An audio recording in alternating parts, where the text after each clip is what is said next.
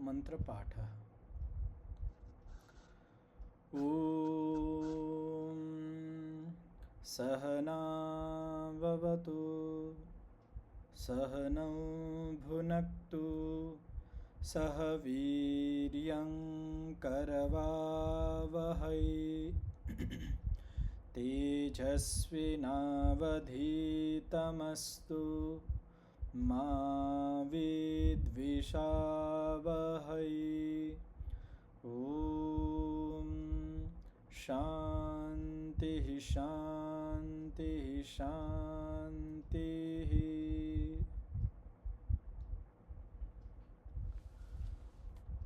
યોગ દર્શનનું જે પ્રથમ પાઠ છે એના 15 સૂત્ર સુધી આપણે અભ્યાસ કરી લીધો છે. તો તેમાંથી કોઈને કંઈક પ્રશ્નો હોય કાં પછી ગઈકાલના પાઠમાંથી કોઈને કંઈક પ્રશ્ન હોય કંઈ પૂછવું હોય તો પૂછી શકો છો, નકર પછી આપણે આગળ વધશું. नमस्ते आचार्य जी. जी जी नमस्ते जी. पूछ सकता हूँ? हाँ जी हाँ जी. जो वैराग्य और पर वैराग्य दो शब्द आते हैं, हाँ जी हाँ जी, उसमें क्या डिफरेंस है बताइए जरा. આજે એ આવશે બીજે વૈરાગ્ય. અત્યારે આપણે જે જોયું ને અપર વૈરાગ્ય છે અને આજે આવશે પર વૈરાગ્ય. આજે જે બીજું વૈરાગ્ય છે ને એનું વર્ણન આવશે 16મા સૂત્રમાં, તેને આપણે જોશું. જી જી.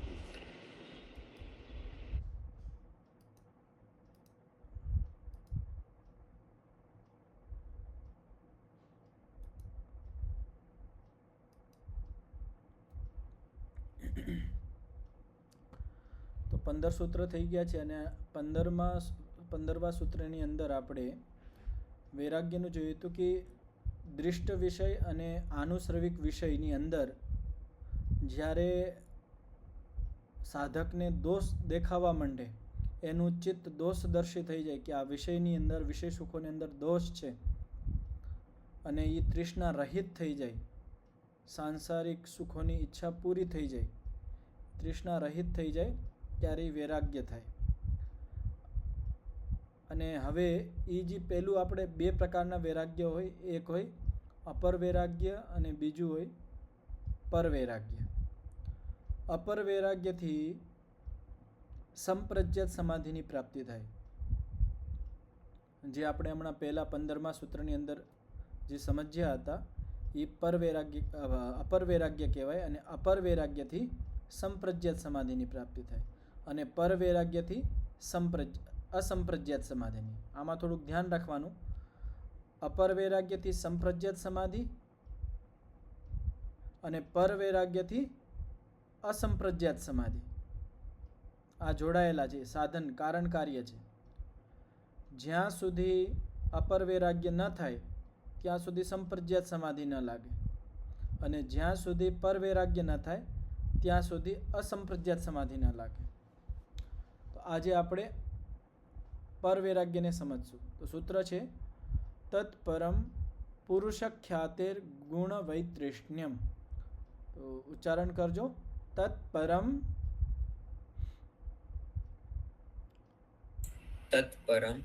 પુરુષ ખ્યાતેર ગુણ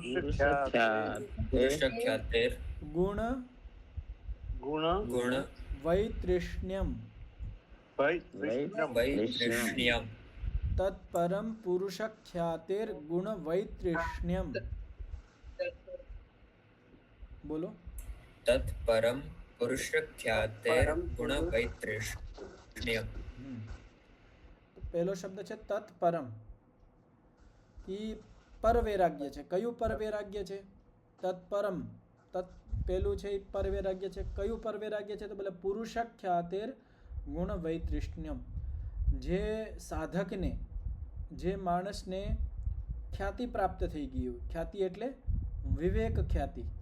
વિવેક ખ્યાતિ એટલે જેને ચિત્ત અને આત્મા આ બંને વસ્તુનું જુદું જુદું ભાન થઈ ગયું હોય કે આ બંને વસ્તુ એકદમ જુદી છે. એને ચોખ્ખું દેખાતું હોય કે આ બંને એક નથી, આ જુદી જુદી છે.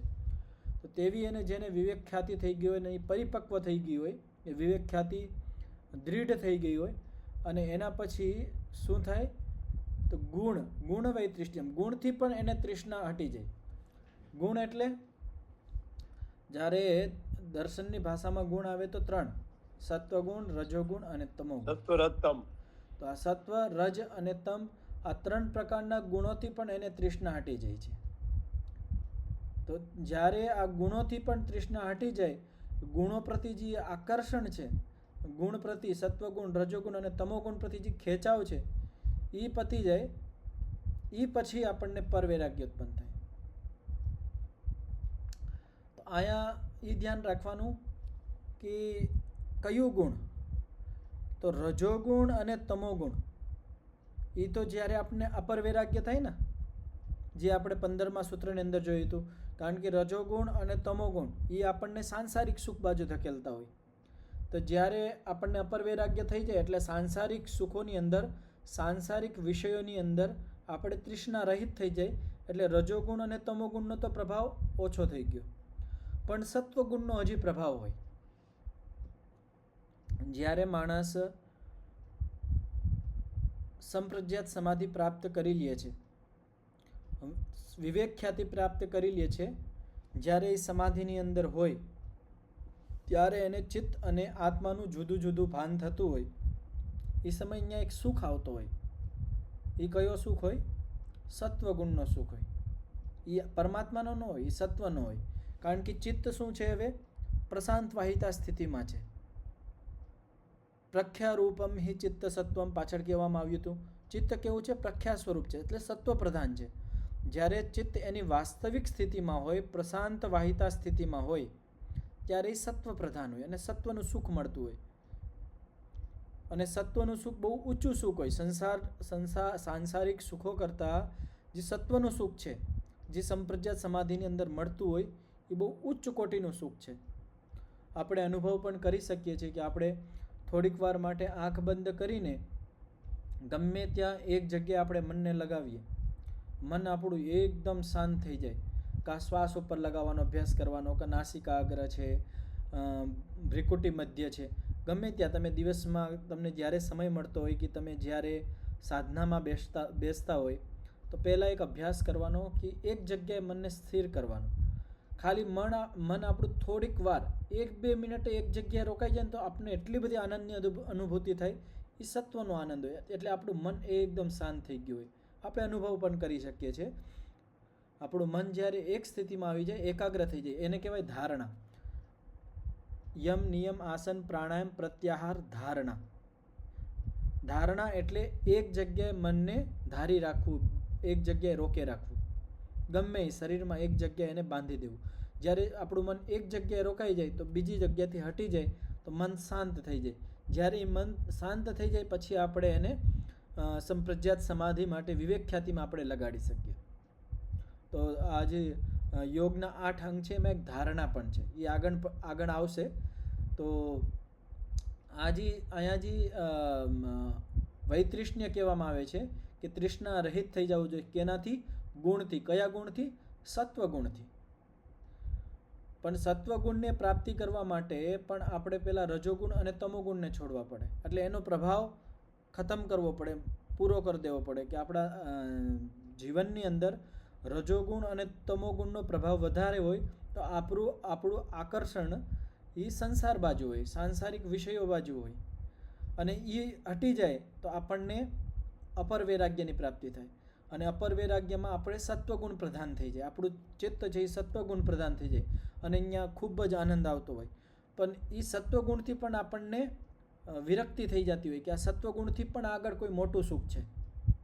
આ સત્વગુણ તો થોડીક જ્યારે આપણે સંપ્રજ્ઞાત સમાધિમાં રહી ત્યાં સુધી વિવેક ખ્યાતિ છે.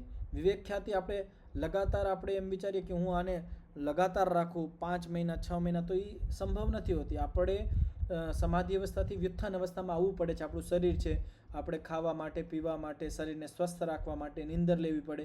તો આપણે સતત એક વસ્તુમાં ન રહી શકીએ. તો વિવેક ખ્યાતિ પાછળ આવ્યું હતું ને, વિવેક શક્તિ કેવી હોય? પરિણામીની હોય. જે ચિત્તી શક્તિ છે એ અપરિણામીની હોય. એટલે આપણું જે ચિત્ત આત્મા છે, જીવાત્મા છે, એ અપરિણામીની છે. પણ આપણી જે વિવેક ખ્યાતિ છે એ પરિણામ છે. એટલે દર ખેલે આપણા અંદર વિવેક ખ્યાતિ ન રહી શકે. વિવેક ખ્યાતિ આપણે જ્યારે સમાધિમાં હોય, સંપ્રજ્ઞાત સમાધિની અંદર જ્યારે હોય ત્યારે તો આપણી વિવેક ખ્યાતિ હોય.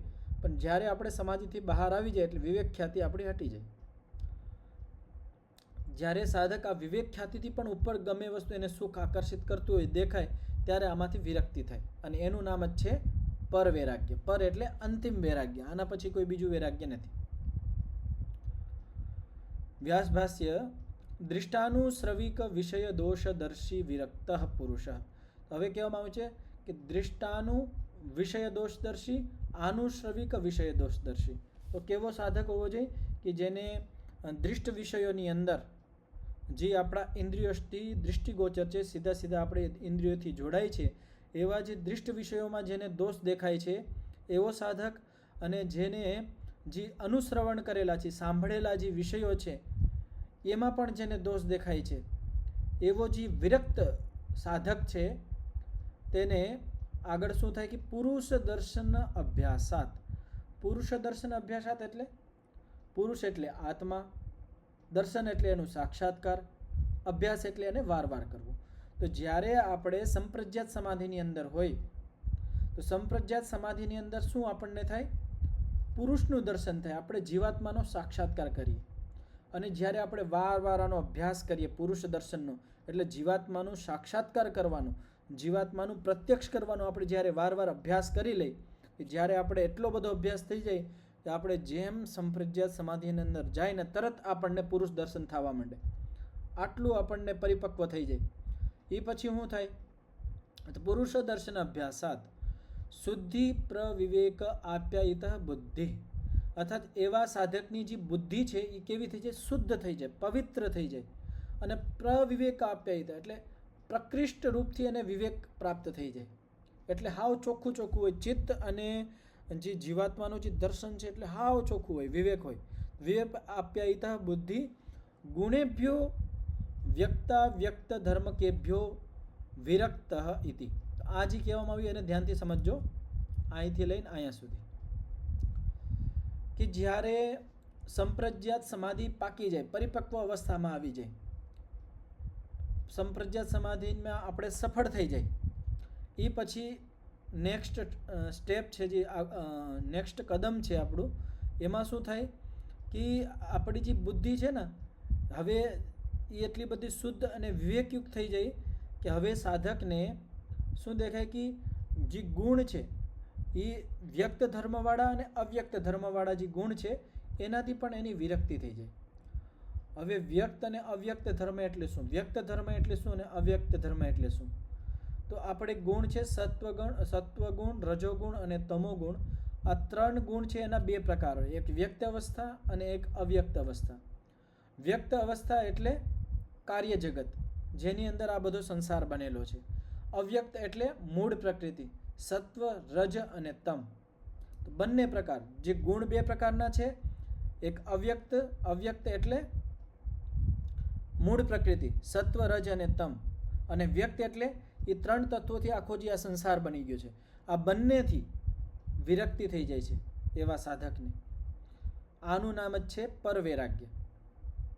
કારણ કે અપર વૈરાગ્યની અંદર સાંસારિક વિષયો બધા છૂટી જાય, પણ ગુણ પ્રતિ આકર્ષણ હોય, અને એમાં પણ સત્વગુણ પ્રતિ આકર્ષણ હોય. એ શા માટે આકર્ષણ હોય? એ સત્વગુણનું સુખ મળતું હોય. સંપ્રજ્ઞાત સમાધિની અંદર સત્વગુણનું સુખ મળતું હોય તો સત્વગુણની સાથે રાગાત્મક સંબંધ જોડાયેલો હોય. પણ જ્યારે સાધક વારવાર સંપ્રજ્ઞાત સમાધિનો અભ્યાસ કરતો હોય તો એમાંથી પણ એને વિરક્તિ થવા માંડે. આ વિવેક ખ્યાતિથી પણ ઊંચું કઈ વસ્તુ છે એને મારે જાણવી છે. તો જ્યારે આ ભાવ આની અંદર જાગૃત થાય ત્યારે ગુણથી વ્યક્ત ગુણ અને અવ્યક્ત ગુણ બંને પ્રકારના જે ગુણ છે એનાથી પણ એને વિરક્તિ થઈ જાય, અને એનું નામ જ છે પરવૈરાગ્ય. તદ્વયમ વૈરાગ્યમ. તો આ બે પ્રકારના વૈરાગ્ય છે. એકનું નામ છે અપર વૈરાગ્ય અને બીજાનું નામ છે પરવૈરાગ્ય. તત્ર યદ ઉત્તરમ તદ જ્ઞાન પ્રસાદ માત્રમ. આ બંનેમાં જે ઉત્તરવાળું છે એટલે આગળનું છે, તો આગળનું કયું? પરવૈરાગ્ય. બે પ્રકારના વૈરાગ્ય છે, એમાં ઉત્તરવાળું એટલે બીજા નંબરનું કયું છે? પરવૈરાગ્ય. તો બોલે એ પરવૈરાગ્ય શું છે? તો બોલે જ્ઞાન પ્રસાદ માત્રમ, આખા જ્ઞાનનો સાર છે, આખા જ્ઞાનનો પ્રસાદ છે. એટલે ધ્યાનની અંતિમ અવસ્થા છે.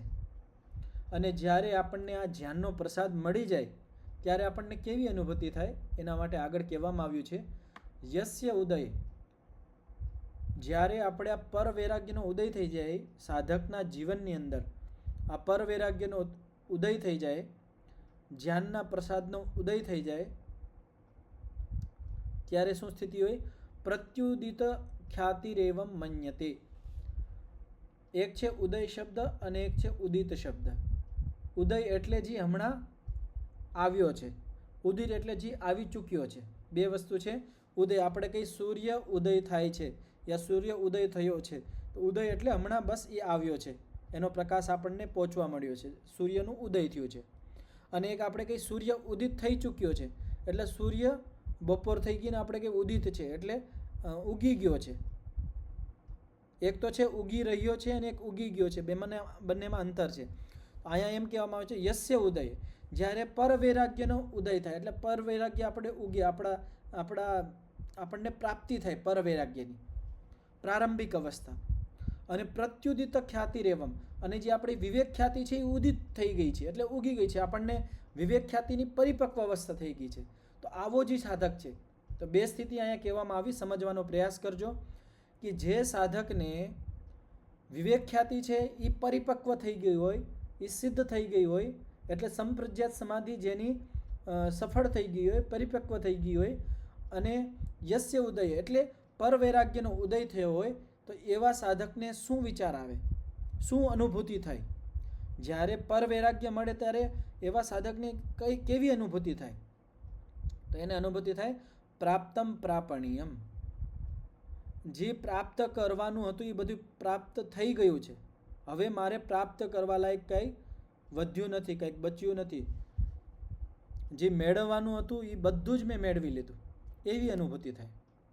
નકર આપણે સંસારમાં આપણે અનુભવ કરી શકીએ છીએ કે આપણને કોઈ દી સંતોષ નથી થતો. આપણે એક વસ્તુ પ્રાપ્ત કરી લઈ તો એનાથી ઊંચા સુખ જે મળતું હોય એના પ્રત્યે આપણે આકર્ષણ વહી જાય, હવે આપણે એના પાછળ દોડીએ છીએ. અને આપણે ઘણા બધા દાખલા લઈ શકીએ છીએ કે આપણે કંઈ એક સાધન લીધી હોય, માની લો આપણે એક મોબાઈલ લીધો હોય, તો આપણે એક મોબાઈલમાં કોઈ દી તૃપ્ત ના થાય, પછી આપણને ઈચ્છા થાય કે હવે આનાથી સારો મોબાઈલ હું લઈ લઉં. જેમ આપણું સામર્થ્ય વધે એનાથી સારો લઈ લઈ, પછી પાછું થોડાક વર્ષો પછી એનાથી સારું લઈ લે, એટલે કોઈ દી તૃપ્તિ થાય નહીં. આપણને એમ ન થાય કે હવે આ છેલ્લો મોબાઈલ છે. તેવી જ રીતે કોઈ ગાડી લીધી હોય સારામાં સારી કરોડોની, જેટલું સામર્થ્ય છે, અમુક વર્ષો પછી એમાંથી મન ઉપસી જાય અને પછી થાય કે હજી એક ગાડી લઈ લો. એટલે ત્યાં આપણે ગાડી પ્રાપ્ત કરીને એમ નહીં થાય કે અમે છેલ્લી ગાડી પ્રાપ્ત કરી લીધી, આના પ્રત્યે મને ઈચ્છા નહીં થાય, તૃપ્તિ ન થાય આપણને. તેવી જ રીતે ઘર છે. આ સંસારમાં જેટલી બધી વસ્તુ આપણને દેખાય છે એ બધી વસ્તુ એવી જ છે, એમાં કોઈ દિવસ આપણે તૃપ્ત ન થઈ શકીએ. આપણે ગમે એટલી વસ્તુ સારામાં સારી આપણને ઐશ્વર્ય પ્રાપ્ત થઈ જાય છતાં પણ આપણે અતૃપ્ત રહીએ છીએ, આપણને એમ લાગે હજી કંઈક પ્રાપ્ત કરવું જોઈએ, આનાથી સંતોષ ન થતો હોય. પણ આ જ્યારે પર વૈરાગ્ય પ્રાપ્ત થઈ જાય એટલે આના પછી એવી અનુભૂતિ આવી જાય કે હવે મારે કાંઈ નથી જોતું, હવે મારે કાંઈ નથી. આ મોટી ઉચ્ચ અવસ્થા છે. હવે જ્યારે માણસને આ અનુભૂતિ થઈ જાય કે હવે મારે કાંઈ નથી મેળવવું, જો મેળવવાનું હતું મેં મેળવી લીધું, આનાથી ઊંચું આ સંસારની અંદર કંઈ છે જ નહીં. એટલે ઊંચામાં ઊંચી વસ્તુ છે પર વૈરાગ્ય.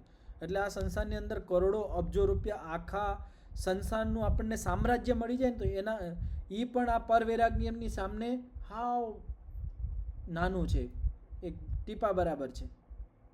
તો પર વૈરાગ્ય એટલું ઊંચું છે. અને પર વૈરાગ્યની પ્રાપ્તિ થઈ જાય એટલે એવું લાગે કે જે મારે મેળવવાનું હતું એ મેળવી લીધું, હવે કંઈક બાકી નથી રહ્યું. બીજી અનુભૂતિ કેવી થાય? ક્ષીણાહ ક્ષેતવ્યાહ ક્લેશાહ. જે મારે ક્ષીણ કરવાનું હતું મેં ક્ષીણ કરી લીધું છે. ક્ષીણ એટલે જે મારે નાશ કરવાનો હતો, જે વસ્તુને મારા જીવનથી હટાવવાની હતી એ મેં હટાવી દીધી છે. હવે બીજું કાંઈ મારા જીવનમાંથી હટાવવા લાયક કાંઈ રહ્યું નથી. નકર આપણે આપણા જીવનમાં અનુભવ કરી શકીએ છીએ કે આપણે એક દુઃખ હટાવી દઈએ આપણા જીવનની અંદરથી, પછી આપણને થાય હજી આ પ્રોબ્લેમ છે જીવનમાં, આ એક દૂર થઈ જાય તો પછી જીવનમાં શાંતિ મળશે. એ પ્રોબ્લેમ દૂર થઈ જાય, એ સમસ્યા આપણા જીવનથી દૂર થઈ જાય, ત્યાં બીજી સમસ્યા હોય કે હવે આને દૂર કરી લઉં, હવે મને આ શરીરની અંદર આ રોગ છે, આ રોગ દૂર કરી લઉં, ત્યાં પાછા બીજું આવી જાય કે આ રોગ. તો આપણા જીવનની અંદર એટલી બધી સમસ્યાઓ હોય, એટલા બધા દુઃખો હોય કે આપણે સતત દૂર કરતા જ હોય. આપણને કોઈ દી એવી અનુભૂતિ ન થાય કે હવે બસ મેં જે મારા અંદરથી હટાવવાનું હતું, કાઢવાનું હતું, બધું કાઢી નાખ્યું, હવે કાંઈ કાઢી નાખવા લાયક મારા જીવનમાં નથી. એવી અનુભૂતિ કોઈ દિવસ ન થાય. આપણને કાંઈક ને કાંઈક કમી હોય, આપણે અનુભવ કરતા હોય હજી મારા અંદર આ દુર્ગુણ છે, આને દૂર કરવો જોઈએ, હજી મારો સ્વભાવ આવો ખરાબ છે, આ સ્વભાવને મારે સુધારવો જોઈએ, આ મારી ખરાબ આદત છે, આ આદતને કાઢી નાખવી જોઈએ, મારા શરીરમાં આ રોગ છે, આ રોગ કાઢી નાખવો જોઈએ. તો આપણે સતત જીવનમાં દુઃખ દૂર કરવા માટે પ્રયત્નશીલ હોય. આ એક દુઃખ દૂર થઈ જાય પછી બીજું દૂર થઈ જાય પછી ત્રીજું. એટલે એટલા બધા આપણા જીવનની અંદર દુઃખો હોય એને દૂર કરવાનો આપણે પ્રયાસ કરતા જ હોય. કોઈ દી આપણે અંતિમ સીમા સુધી નથી પહોંચી શકતા. પણ જ્યારે માણસને પર વૈરાગ્ય પ્રાપ્ત થઈ જાય તો એને એવી અનુભૂતિ થાય કે જે મારા જીવનમાંથી મારે નાશ કરવાનું હતું, કાઢી નાખવાનું હતું, એ મેં કાઢી નાખ્યું. હવે મારા જીવનમાં નાશ કરવા, બહાર કાઢી નાખવા લાયક કાંઈક નથી રહ્યું. એટલે જે મારા જીવનની અંદર ક્લેશો હતા, 5 ક્લેશ છે, એને મેં ક્ષીણ કરી દીધા છે. એ ક્લેશોને મેં બારી નાખ્યા છે. આ ક્લેશ જ દુઃખનું મૂળ છે અને આ ક્લેશને હિસાબે મને દુઃખ મળતા હતા અને આ મેં ક્લેશને જ કારણને જ મેં નષ્ટ કરી નાખ્યો તો કાર્ય નષ્ટ થઈ જાય. દુઃખનું કારણ શું છે? ક્લેશ છે. 5 પ્રકારના જે ક્લેશ છે, અવિદ્યા, અસ્મિતા, રાગ, દ્વેષ અને અભિનિવેશ, આ 5 ક્લેશના હિસાબે જ આપણા જીવનમાં બધા પ્રકારના દુઃખો છે. અને જ્યારે પર વૈરાગ્ય પ્રાપ્ત થઈ જાય ત્યારે જે આપણા ક્લેશ છે એ કેવા થઈ જાય? ક્ષીણ થઈ જાય, બરી જાય. એ પછી એ ક્લેશ આપણને હેરાન ન કરે તો પછી આપણા જીવનમાં દુઃખ જ ન આવે. તો એ જ્યારે એ સાધકને પર વૈરાગ્યની પ્રાપ્તિ થઈ જાય તો એને એક અનુભવ થાય કે જે ક્ષીણ કરવાનું હતું, જેને મારે નાશ કરવાનો હતો, એ છેલ્લી વસ્તુ ક્લેશોને મેં નાશ કરી દીધા છે. તો આ બે ઉપલબ્ધિ થાય પર વૈરાગ્ય પ્રાપ્તિ થાય ત્યારે. ત્રીજી અનુભૂતિ શું થાય? અને આ ત્રીજી અનુભૂતિ છે છિન્ન શ્લિષ્ટ પરવા ભવસંક્રમ. ભવસંક્રમ એટલે શું? આ જે ભવસંક્રમ શબ્દ છે, ભવસંક્રમ એટલે શું? ભવસંક્રમ એટલે જન્મ મરણનું ચક્ર. ભવસંક્રમ એટલે જન્મ મરણનું ચક્ર. શ્લિષ્ટ પર્વ એટલે આ જે બંને પર્વ કહેવાય જોડ. શ્લિષ્ટ એટલે એકદમ જોડાયેલા છે. તો જન્મ અને મરણ આ બંને શ્લિષ્ટ છે, જોડાયેલા છે. કેવી રીતે? જેમ દિન અને રાત હોય ને, દિવસ અને રાત. રાત જાય ને તરત દિવસ આવી જાય, દિવસ જાય ને તરત રાત આવી જાય. એવું નથી કે દિવસ ગયો ને રાત રોકાતી હોય, નહીં હમણાં નહીં આવીશ. આ બંને જોડાયેલા છે. દિવસ જતો હોય ને રાત એના જોડે જોડે જ આવતી હોય, રાત જતી હોય ને દિવસ આવતો હોય. આ બંને જેમ જોડાયેલા છે, શ્લિષ્ટ છે, તેવી જ રીતે જન્મ મરણનું ચક્ર છે. આપણે મરી ગયા તરત જ બીજો જન્મ થયો, જન્મ જી લીધું, મૃત્યુ થઈ, પાછો બીજો જન્મ. તો જન્મ અને મરણનું ચક્ર શ્લિષ્ટ છે, જોડાયેલું છે. તો જ્યારે સાધકને પર વૈરાગ્યમાં પહોંચી જાય ને તો ત્યારે ગુણથી પણ વૈતૃષ્ણ્ય થઈ જાય. તો ત્યારે એને ત્રીજી અનુભૂતિ કેવી થાય કે આ જે જન્મ મરણનું જે ચક્ર હતું ને એને મેં છિન્ન કરી નાખ્યું છે, એને મેં પૂરું કરી નાખ્યું છે. હવે આ જન્મ મરણનું ચક્ર મારું કામ નહીં કરે. જેમ ઓલો પાયો હોય ને, પાયોને તોડી નાખીએ તો હવે એ ચક્ર નહીં ફરે ને.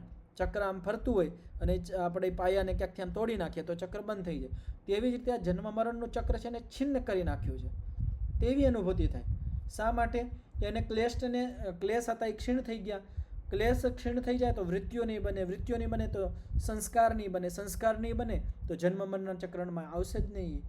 તો એને જ્યારે પર વૈરાગ્ય પ્રાપ્તિ થાય, પર વૈરાગ્ય પ્રાપ્તિ થાય તો ત્રીજી અનુભૂતિ થાય કે મેં આ જે જન્મ મરણનું ચક્ર છે એને મેં છિન્ન કરી નાખ્યું છે. હવે હું આ જન્મ મરણના ચક્રથી મુક્ત થઈ ગયો છું.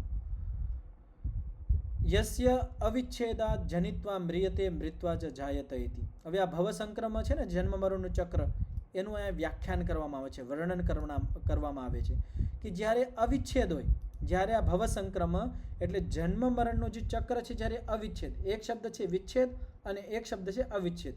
વિચ્છેદ એટલે છેદી નાખવું, કાપી નાખવું, તોડી નાખવું. અને અવિચ્છેદ એટલે ન તૂટે, મતલબ હજી વિચ્છેદ નથી થયો એનો. તો યસ્ય અવિચ્છેદે કે જેનો હજી વિચ્છેદ ન થયો હોય, એટલે જન્મમાં ભવ સંક્રમણનું જ્યાં સુધી વિચ્છેદ ન થાય ત્યાં સુધી શું થાય? જનિત્વા મ્રિયતે. જન્મ લઈને પાછી મરી જઈએ અને મરીને પાછા જન્મ લઈએ, તો આ ચક્ર ચાલુ રહીએ. વિચ્છેદે સતી એવ ભવસંક્રમ બાધા ભવતી. એટલે જ્યારે વિચ્છેદ થઈ જાય, ભવ સંક્રમણનો વિચ્છેદ થઈ જાય ત્યારે જ આપણે જન્મ મરણના ચક્રથી છૂટી જાય છે. જ્યાં સુધી અવિચ્છેદ હોય ત્યાં સુધી આ જન્મ મરણના ચક્ર આપણું ચાલુ રહે છે.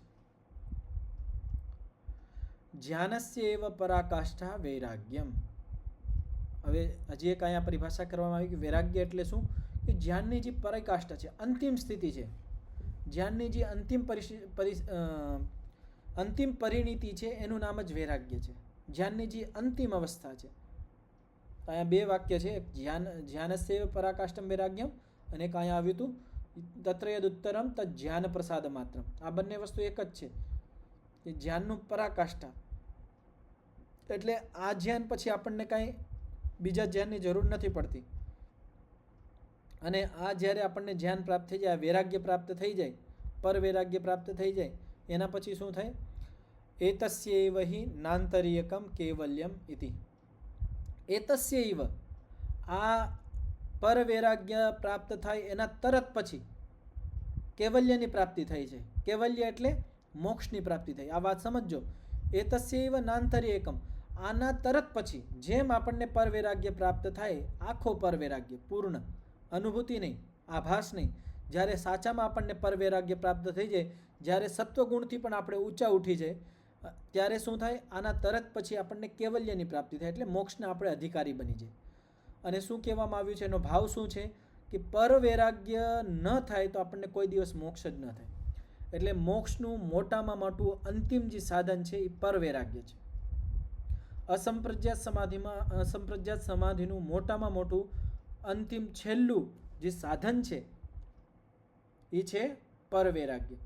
પર વૈરાગ્ય સિવાય આપણને કોઈ દિવસ અસંપ્રજ્ઞાત સમાધિ ન લાગે. જ્યાં સુધી આપણને પર વૈરાગ્ય પ્રાપ્ત ન થાય ત્યાં સુધી આપણે મોક્ષમાં ન જઈ શકીએ, મોક્ષની પ્રાપ્તિ ન થાય. તો પર વૈરાગ્ય એટલે ગુણ વૈતૃષ્ણ્યમ. અપર વૈરાગ્ય એટલે જે આપણને દૃષ્ટ અને આનુસર્વિક વિષયથી વિતૃષ્ણા થઈ જાય, તૃષ્ણા રહિત થઈ જાય.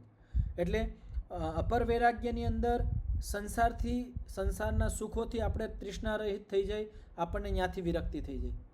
અને પર વૈરાગ્યની અંદર આપણને વિવેક ખ્યાતિથી અને બીજું શું વસ્તુ કહેવાય? સત્વગુણથી, ગુણથી આપણી વિરક્તિ થઈ જાય છે, ગુણથી આપણે વિતૃષ્ણ થઈ જાય છે, એટલે તૃષ્ણા રહિત થઈ જાય છે. જે સત્વગુણનો જે આનંદ હતો, જે આપણને સંપ્રજ્ઞાત સમાધિની અંદર પ્રાપ્ત થતો હતો, આપણને મળતો હતો, એ સત્વગુણનું જે સુખ છે એનાથી પણ આપણે ઉપર ઉઠી જાય, એનાથી પણ આપણને વિરક્તિ થઈ જાય. સત્વગુણના સુખથી આપણને જ્યારે વિરક્તિ થઈ જાય ત્યારે આપણા અંદર પર વૈરાગ્ય આવે. એનું નામ જ પર વૈરાગ્ય છે. તો બધાને આ સ્પષ્ટ થયું? પર વૈરાગ્ય અને અપર વૈરાગ્ય.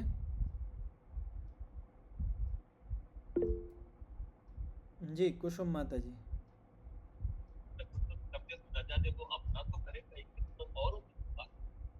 ये जी जो गुण वैतृष्ण्यम है जी कि गुणों से तृष्णा रहित हो जाना, जी तो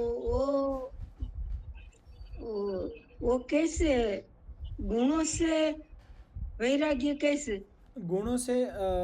ગુણથી વૈરાગ્ય એટલે જ્યારે આ સંસારથી આપણે વિરક્ત થઈ જાય તો ત્યારે આપણને શું પ્રાપ્તિ થાય? જ્યારે આપણે સંસારિક બધા જ સુખોથી આપણે વિરક્ત થઈ ગયા તો આપણને સંપ્રજ્ઞાત સમાધિ પ્રાપ્તિ થાય. અને સંપ્રજ્ઞાત સમાધિની અંદર શું પ્રાપ્ત થાય? આપણને વિવેક ખ્યાતિ પ્રાપ્તિ થાય. વિવેક ખ્યાતિ એટલે શું? આત્મા અને ચિત્ત બંનેનું જુદું જુદું આપણને ભાન થાય, જ્ઞાન થાય. અને જ્યારે આપણે જીવાત્મા અને ચિત્ત બંનેનું જુદું જુદું જ્ઞાન કરતા હોય તો ચિત્ત કેવું હોય? પ્રશાંત વાહિત હોય, એક જ સ્થિતિમાં હોય. આપણે ચિત્તથી જ આપણે જીવાત્માનો સાક્ષાત્કાર કરતા હોય. ચિત્ત ન હોય તો આપણને જીવાત્માનો સાક્ષાત્કાર ન થાય. સંપ્રજ્ઞાત સમાધિની અંદર ચિત્તની આવશ્યકતા હોય, ચિત્ત વગર આપણે ન કરી શકીએ. અને ત્યારે ચિત્તની અંદર એક જ ગુણ હોય, સત્વગુણ હોય, ત્યારે જ આપણું ચિત્ત પ્રશાંત વાહિતા હોય, એક સ્થિતિમાં વહતું હોય. તો જે સત્વગુણનું છે ને એ સત્વગુણનું સુખ મળતું હોય અને એની સાથે સાધક રાગની જેમ જોડાઈ જાય, ત્યારે જ એ વારવાર સમાધિમાં બેસતો હોય. તો આ જે સત્વગુણનું જે એને સુખ મળતું હોય, આ સાંસારિક સુખો કરતાં કરોડો લાખો કરોડો ગુણા કરતાં ઊંચું હોય. એટલો બધો આમાં આનંદ મળતો હોય. અને જ્યારે આ સત્વગુણ, આ ગુણથી, સત્વગુણથી પણ જ્યારે એને વિતૃષ્ણા થઈ જાય, વૈરાગ્ય થઈ જાય, વિરક્તિ થઈ જાય, એનું નામ પરવૈરાગ્ય છે. માતાજી સમજમાં આવ્યું ગુણ વૈતૃષ્ણ્ય? એટલે ગુણથી વિરક્તિ થઈ જવી જોઈએ.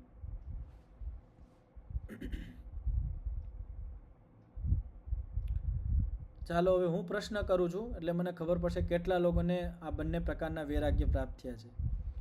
તો પહેલો પ્રશ્ન છે,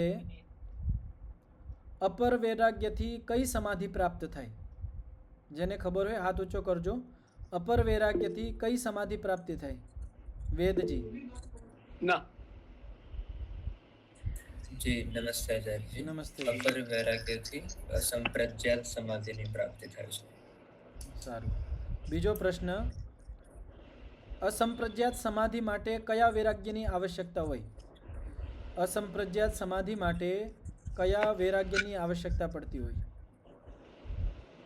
પ્રિયંકાબેન. પર વૈરાગ્ય. પર વૈરાગ્ય. સારું. અને પર વૈરાગ્યની અંદર કેનાથી વિરક્તિ થાય? પર વૈરાગ્યની અંદર આપણે કેનાથી વિરક્ત થાય? પ્રહલાદભાઈ. નમસ્તે આચાર્યજી. જી નમસ્તે. પર વૈરાગ્યમાં સર્વ સત્વગુણથી પણ વૈરાગ્ય આવી જાય. ગુણ વૈતૃષ્ણ્ય થાય, ગુણથી આપણે વિરક્ત થાય. જી જી જી. અને અપર વૈરાગ્યની અંદર આપણે કેનાથી વિરક્તિ થાય? અપર વૈરાગ્યની અંદર આપણે નહીં, તમે નહીં, હું પૂછીશ બીજાને. અપર વૈરાગ્યની અંદર આપણે કઈ વસ્તુથી વિરક્ત થઈ જાય? નરેશભાઈ. દ્રષ્ટ અને અનુશ્રવિક વિષયોથી. દૃષ્ટ અને અનુશ્રવિક વિષયથી આપણે વિરક્ત થઈ જાય. સારું. અને મોક્ષ માટે કયા વૈરાગ્યની આવશ્યકતા હોય? જેના વગર આપણને મોક્ષ ન થાય તો મોક્ષ માટે અનિવાર્ય સાધનરૂપ કયું વૈરાગ્ય છે? ચેતનભાઈ. પર વૈરાગ્ય. પર વૈરાગ્ય. સારું, બધાને સ્પષ્ટ થઈ ગયું છે. હવે આપણે આગળ ચાલીએ. હવે આજે 17વો સૂત્ર છે, એની ભૂમિકા છે, અવતરણિકા છે. હાથ નીચે કરી લેજો. કોઈને કંઈ પ્રશ્ન પૂછવો હોય તો પૂછી શકો છો, નકર આપણે આગળનો સૂત્ર જોશું. હા નરેશભાઈ, કંઈ પૂછવું હતું? આચાર્યજી થોડોક વિષય બાર છે, ટૂંકમાં આમ સત્વર જ તમને લગતો છે પણ યોગ દર્શનને લગતો નથી, તો પૂછી શકું? હા પૂછો. આજે ગીતામાં હું વાંચતો હતો તો એવું આવ્યું કે ભાઈ આ જે સત્વરજ છે, પ્રકૃતિ છે, એ જ બધું કાર્ય કરાવે છે માણસ પાસે, એટલે આત્મા કોઈ કરતા નથી. એમાં કઈ સ્પષ્ટીકરણ થોડુંક ન થયું, તો એમાં કઈ રીતનું હોઈ શકે? કઈ એ તો શક્ય નથી કે જ્યાં સુધી જીવાત્મા, જે ઈચ્છા ગુણ છે ને એ આત્માનું છે. ઈચ્છા ગુણ કયાનું છે? આત્માનું. જ્યાં સુધી આત્મા ઈચ્છા ન કરે ત્યાં સુધી મન પ્રવૃત્ત ન થાય, જ્યાં સુધી મન પ્રવૃત્ત ન થાય ત્યાં સુધી ઇન્દ્રિય પ્રવૃત્ત ન થઈ શકે. અને જે સત્વ, રજ અને તમ, આ 3 ગુણ છે, આ તો જડ છે, એની રીતે તો આ કામ કરી જ ન શકે. આને આપણે પ્રેરણા કરીએ તો આ કામ કરશે. આ સંસારની અંદર આખો સંસાર ચાલે છે તો આ ઈશ્વરે આવી વ્યવસ્થા કરેલી છે તો આ બધું ચાલતું હોય. એની રીતે આપણે એમ વિચારીએ કે મકાન એની રીતે ઊભું થઈ જાય તો શક્ય નથી. તો જડ વસ્તુ એની રીતે કાંઈ કાર્ય ન કરી શકે. એમાં એક વ્યવસ્થા હોય કે આપણે રોબોટ બનાવી દીધો તો એ કામ કરી શકતો હોય, એ જડ છે. આપણે એક વ્યવસ્થા આપી દીધી, એની અંદર ગતિ આપી દીધી છે આપણે. એના પાછળ કોઈ ચેતન વસ્તુ છે. यदि રોબોટ કોઈ ન બનાવ્યું હોત, એની પાછળ કોઈ ચેતન વસ્તુ, ચેતન તત્વ ન હોય તો રોબોટ પણ કામ ન કરે. તો જ્યારે જ્યાં આપણને ગતિ દેખાય તો એની પાછળ છેલ્લે કારણ રૂપમાં ચેતન તત્વ હોય. જડમાં સામર્થ્ય નથી તો એની રીતે કામ કરી શકે. હવે કોઈ કહે કે જડ વસ્તુથી જડ વસ્તુ બની જાય, રોબોટથી રોબોટ બની જાય, નવું. તો જડ વસ્તુએ જડ વસ્તુ બનાવી દીધી, પણ એ રોબોટની અંદર પણ પાછળ છેલ્લું કારણ કોણ છે? ચેતન તત્વ જ છે. કોઈ માણસે એ રોબોટને એવો તૈયાર કર્યો છે કે એ આગળના રોબોટ બનાવી શકે છે. यदि એમાં સામર્થ્ય ન નાખે એવી તો એ રોબોટ પણ નવો રોબોટ ન બનાવી શકે. તો છેલ્લું જે કારણ ગમે ત્યાં આપણા આખા સંસારમાં ગમે ત્યાં વિચાર કરી શકશું તો જડ વસ્તુ એની રીતે કામ નહીં કરી શકે, પાછળ છેલ્લે કોઈ કારણ રૂપમાં ચેતન તત્વ હોય. તો તેવી જ રીતે જે ઈચ્છા ગુણ છે એ આત્માનું છે. જ્યારે આત્મા ઈચ્છા કરે એ પછી મન પ્રવૃત્ત થાય ને મન પછી ઇન્દ્રિય પ્રવૃત્ત થાય. તો આ ક્રમ છે. તો નરેશભાઈ આ સ્પષ્ટ થયું? હાજી આચાર્યજી, તો એવું કહી શકીએ કે ધારો કે પ્રકૃતિ છે, અત્યારે જે બાહ્ય પ્રકૃતિ આપણા શરીર સિવાયની પ્રકૃતિ છે તેને ઈશ્વર પ્રવૃત્ત કરે છે, અને આપણું શરીર છે એના સત્વરજ ગુણને આપણે કંટ્રોલ કરી શકીએ એવું થયું ને એનો મતલબ? તો નહીં, શરીરમાં પણ છે એનું કંટ્રોલ. એટલે ઈશ્વરે જે વ્યવસ્થા દીધી છે એ વ્યવસ્થા મુજબ આપણે હાલીએ તો આપણું કંટ્રોલમાં રહેવાનું છે, આપણું શરીર સ્વસ્થ રહેશે. આપણે વ્યવસ્થાને તોડશું તો એ બગડી જશે. એ તો બહારના સંસારમાં છે, યથા બ્રહ્માંડે તથા પિંડે. આપણે જેવી રીતે શરીરનું સંતુલન બગાડીએ ખાવા પીવાનું, તો આપણું શરીર અસ્વસ્થ થઈ જાય. તેવી જ રીતે આ સંસારની અંદર આપણે પ્રકૃતિને દૂષિત કરીએ તો એમાં પણ આપણને વિખંડન દેખાય છે. પછી પ્રકૃતિ એની રીતે એને સરખી કરવા માટે બધું તુફાન ને એવું બધું આવતું હોય, પછી બધું અહીંયા વ્યવસ્થિત થઈ જતું હોય. તો આ તો વ્યવસ્થા છે ઈશ્વરની. પણ એવી રીતે કેવું કે આ સત્વ રજ તમ આ જ બધું કરવે છે, એ વાત સાચી નહીં. સત્વ રજ અને તમ એની રીતે કાંઈ ન કરી શકે. એ જડ છે, પ્રકૃતિ જડ છે. 3 અનાદિ તત્વ છે, ઈશ્વર, જીવ અને પ્રકૃતિ. એમાં ઈશ્વર અને જીવ આ બંને ચેતન તત્વ છે અને પ્રકૃતિ જડ છે. અને જડથી જ આખો સંસાર બન્યો છે. આ ઈશ્વરે મૂળ પ્રકૃતિથી આખું કાર્ય જગત આ સંસાર બનાવ્યો છે. એટલે આ સંસારની બધી જ વસ્તુઓ જડ છે. જી, બીજા કોઈને કઈ પ્રશ્ન? પ્રહલાદભાઈ? જી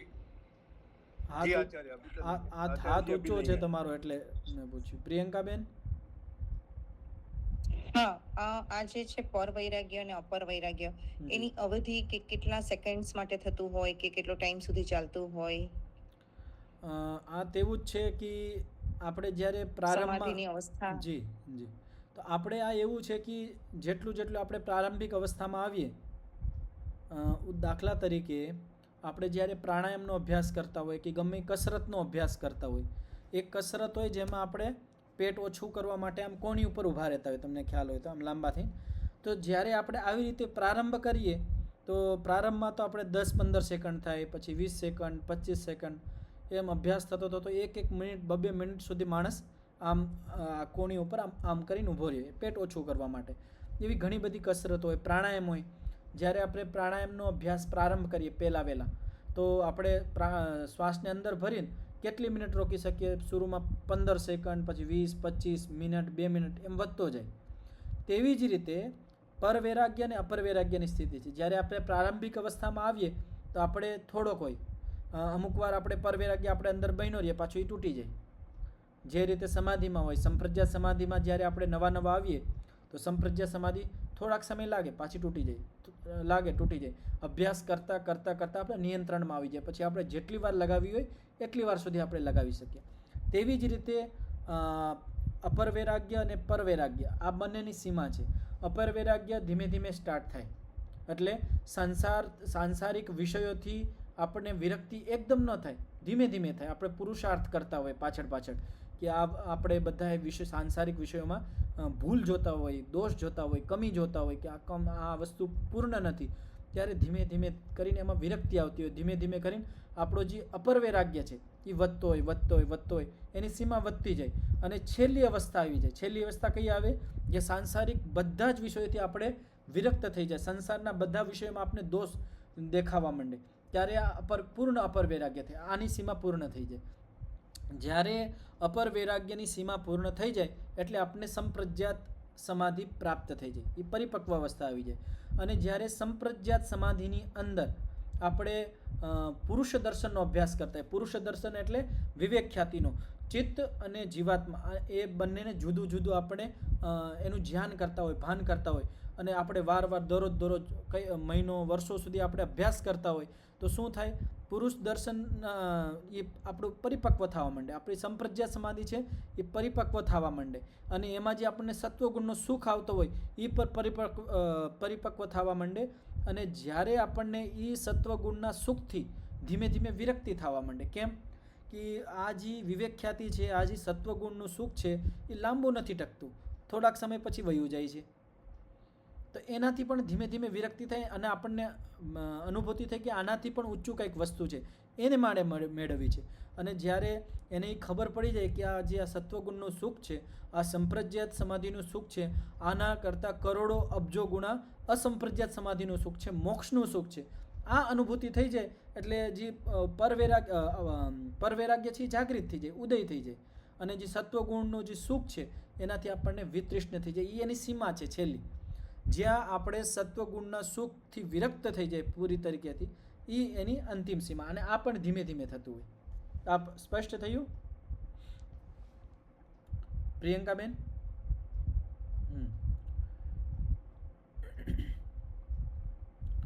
હવે આગળ કહેવામાં હા આવે ગુરુજી. જી.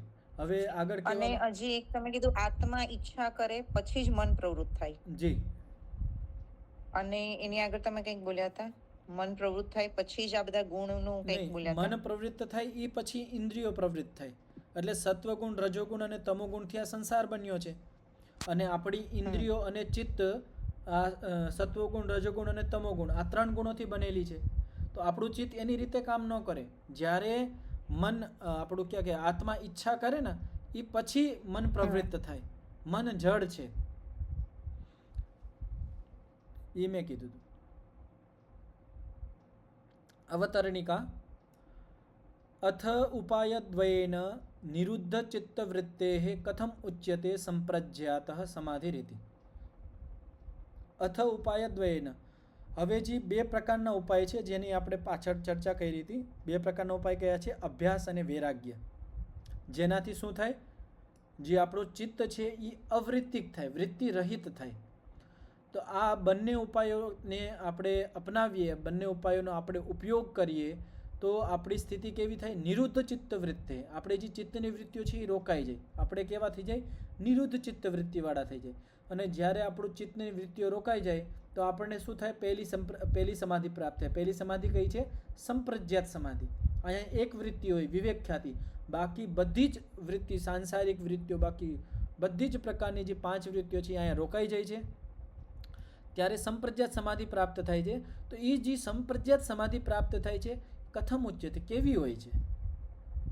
વસ્તુ સમજમાં આવી કે જ્યારે આપણે અભ્યાસ અને વૈરાગ્ય આ બંને ઉપાયોનો ઉપયોગ કરીને ચિત્તને અવૃત્તિ કરી દઈએ છીએ, વૃત્તિ રહિત કરી દઈએ છીએ, ત્યારે આપણને સંપ્રજ્ઞાત સમાધિ પ્રાપ્ત થાય છે. જે આ સંપ્રજ્ઞાત સમાધિ આપણને પ્રાપ્ત થાય છે તે કેવી હોય છે, કઈ પ્રકારની હોય છે, એનું વર્ણન આગળના સૂત્રમાં કરવામાં આવશે. આગળનું સૂત્ર છે વિતર્ક વિચારાનંદાસ્મિતા રૂપાનુગમાત સંપ્રજ્ઞાતઃ.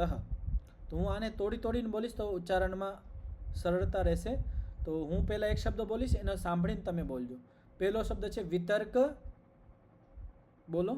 વિતર્ક, વિચાર, વિચાર, આનંદ, આનંદ, અસ્મિતા, અસ્મિતા, રૂપાનુગમાત રૂપાનુગમાત, સંપ્રજ્ઞાતઃ. સંપ્રજ્ઞાતઃ. તો કોઈને આચાર્યજી ક્રમ ફરીવાર બતાવો ને, ફરીવાર ક્રમ રેગ્યુલર. વિતર્ક આ નીચે દીધેલો છે જો આ વિતર્ક, વિચાર, આનંદ, અસ્મિતા, આનંદ. આ 4 છે. અને પછી અસ્મિતા. ઓકે, આ 4 છે. આ રૂપાનુગમાત જે શબ્દ છે ને, આ શબ્દ છેલ્લો, આ શબ્દ આ 4 સાથે જોડાશે. વિતર્ક રૂપાનુગમાત, વિચાર રૂપાનુગમાત, આનંદ રૂપાનુગમાત અને અસ્મિતા રૂપાનુગમાત. આ સંપ્રજ્ઞાત સમાધિ કેટલી પ્રકારની હોય છે? 4 પ્રકારની હોય છે. આ ક્યાં આવ્યું હતું? કોને યાદ છે? જોઈએ. હવે આપણે ભણી લીધું છે એટલું બધું તો યાદ હશે. આ ક્યાંક આવ્યું હતું. કયા સૂત્રમાં આ વસ્તુ આવી હતી? યાદ છે? પહેલા સૂત્રમાં જ આવી હતું. હા, પહેલા સૂત્રના વ્યાસ ભાષ્યમાં જ આવી હતી કે સંપ્રજ્ઞાત સમાધિ 4 પ્રકારની હોય. તો મેં કીધું હતું ને ત્યારે કે આગળ આના માટે વિશેષ સૂત્ર આવશે, ત્યાં આપણે આને સમજવાનો પ્રયાસ કરશું. તો કાલે તો શનિવાર છે, તો હવે સોમવારે આપણે આ જે સંપ્રજ્ઞાત સમાધિ કઈ પ્રકારની હોય, 4 પ્રકારની હોય, તો 4 પ્રકારની કઈ રીતે કામ કરતી હોય, કઈ રીતે ઉપલબ્ધિ થાય, આ 4 સમાધિની અંદર આપણને શું ઉપલબ્ધિ થતી હોય, શું પ્રાપ્તિ થતી હોય, એનું વર્ણન આ સૂત્રની અંદર કરવામાં આવશે. તો આપણે આગળ સોમવારે આનું વ્યાસ ભાષ્ય અને આ સૂત્રનું પહેલે સૂત્ર જોશું, એને શબ્દોને સમજશું, એના પછી વ્યાસ ભાષ્યને સમજવાનો પ્રયાસ કરશું. ઓમ. ધન્યવાદ આચાર્ય. ધન્યવાદ જી. 3 વખત શાંતિનું ઉચ્ચારણ કરીને પાઠનો વિરામ કરીએ. ઓમ શાંતિ શાંતિ શાંતિ. સર્વેભ્યો નમઃ. બધાને સાદર નમસ્તેજી. નમસ્તે આચાર્ય. નમસ્તે જી. ધન્યવાદ આપનો. નમસ્તે જી. નમસ્તે જી. નમસ્તે જી. આચાર્યજી, જી. આ વ્યક્ત અને અવ્યક્તમાં હજી થોડુંક વાંધો નહીં, આને સોમવારે હજી આપણે જોઈ લઈશું. તમે રાખજો વ્યક્ત અને અવ્યક્ત વાળું, ઓકે હે ને? ઓકે એના સોમવારે હજી આપણે વિચાર કરશું. ચાલો.